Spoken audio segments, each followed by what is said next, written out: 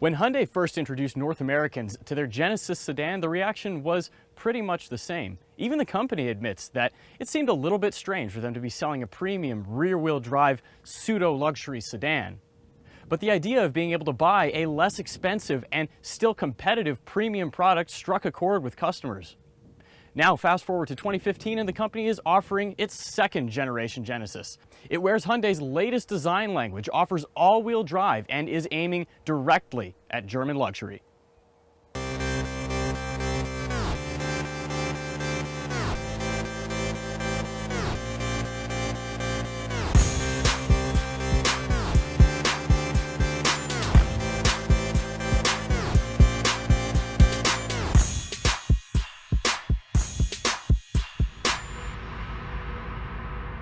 Engine and transmission options carry over from the previous generation. Of course, you probably remember that means you have a choice between a 3.8-liter V6 or a 5-liter V8, both of which are mated to an 8-speed automatic transmission. New for this year, the power figures are actually slightly reduced to 311 horsepower and 293 pound-feet of torque for the V6, or 420 horsepower and 383 pound-feet for the V8.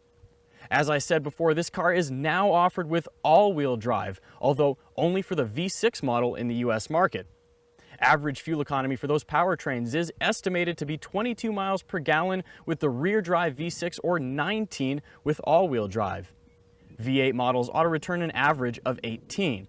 Finally, pricing kicks off at $38,950, including delivery, while the all-wheel drive version comes in at $41,450. The V8 model starts at $52,450. This car wears Hyundai's new Fluidic 2.0 design language, which will follow next on the upcoming version of the Sonata. But let's look at some of the highlights here. Hyundai's been particularly generous with the base cars, leaving them looking almost identical to the loaded-up 5-liter V8 model sitting here behind me. For example, the base car comes with 18-inch wheels, although you can upgrade to 19-inch wheels if you prefer.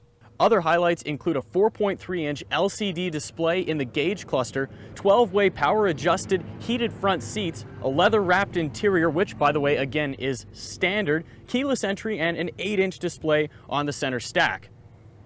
Now, if you think that the exterior of the Genesis is improved, then you're going to love how the cabin looks. First of all, Hyundai took special care to make sure that this car is right in line with other luxury products. For example, they're stepping up to available semi-aniline leather in the car that we're sitting in here, and I gotta tell you, it's quite a bit softer, but really that's just the tip of the iceberg. With the Ultimate package, you also get this open pore wood. You get a larger touchscreen with high definition resolution, and one of the coolest features, actually, it offers a CO2 sensor, so that if the air levels start to get a little stale while you have recirculation going on, it'll actually bring in fresh air and make sure that you're staying awake because you actually have the oxygen getting to your brain. Now, regardless of which trim you choose, you're going to get leather upholstered seats, but the car's biggest strength is perhaps its massive interior volume. In the rear seat, you've got tons of legroom, and of course, in the front, that's the case as well. You might be tempted to think that because the same V6 and V8 engines and the same transmission are in this car that were also present in the previous generation, that this is really a carryover car, but it's really not. We're in the 8-cylinder model right now, and unfortunately, the press program that we're on is a little bit short, and we don't have time to get into the all-wheel drive for a complete video. Instead, we're gonna book one of those and have it in for a full week with the Auto Guide office just a little bit later on in the summer. Now, the V8 model is only available in rear-wheel drive, and it's obviously the most premium of the range. If you step up to that level, Hyundai gives you continuously controlled dampers, and when you put the car into sport mode, that gives it a little bit of extra performance because it also stiffens up the suspension. In the 6-cylinder models, when you go into sport mode, you get stiffer steering, you get remapped shifts from the transmission, and you also get sharper throttle responses, of course, all of which are present in the 8-cylinder model as well. Now, if you follow our news coverage, you might remember that Hyundai actually tuned this car on the Nürburgring of all places. And while it's kind of hard to picture something like this flying around the Nordschleife, it's still kind of interesting because they seem to be getting really serious about making it into a real German luxury performance vehicle. So does it stack up in that sense? Well, it's still pretty squishy, but to a certain extent, that makes an awful lot of sense because really, if Hyundai stiffened this thing up too much, it probably wouldn't appeal to most of the luxury market. And really, that's what this thing is designed to do. It's unbelievably quiet on the highway. I mean, really, it's whisper quiet. On startup, the 8-cylinder is not harsh, and shifts through either the 6 or the 8 are incredibly smooth. So really, this is a vastly, vastly improved product from a driving perspective. So how did Hyundai do it? Well, to be honest, they actually had quite a bit of help because they paid Lotus Engineering to help come in and tune the car for that feeling. The brakes feel really good, and coming to a quick stop gives you very linear slowdown, which is nice. And it brings me to my next point, safety features. Because Hyundai's adaptive cruise control system can actually bring this car to a complete stop.